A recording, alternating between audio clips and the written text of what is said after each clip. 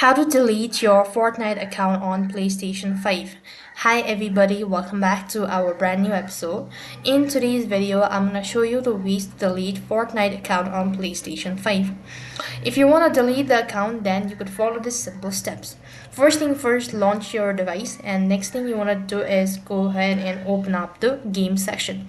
When you open up the game section here, you could see multiple tabs or the games that you've installed or that you can install right on top. Next thing, what you want to do is locate Fortnite. Once you locate Fortnite, then you could see this sort of page. Here, you need to use your console. So for that, you need to go ahead and press on the icon.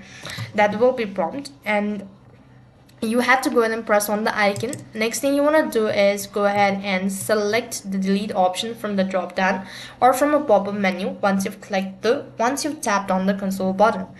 Next thing what you have to do is then you want to go ahead and make sure that the items will be deleted from the console storage. You have to go and review this and click the OK button. Once you've done it, so you'll have successfully deleted your Fortnite account on PlayStation 5. With that, we've completed the steps. That's all for this video. I hope the video was helpful. Make sure to like, share and subscribe to our channel. Thank you for watching. See you in the next video.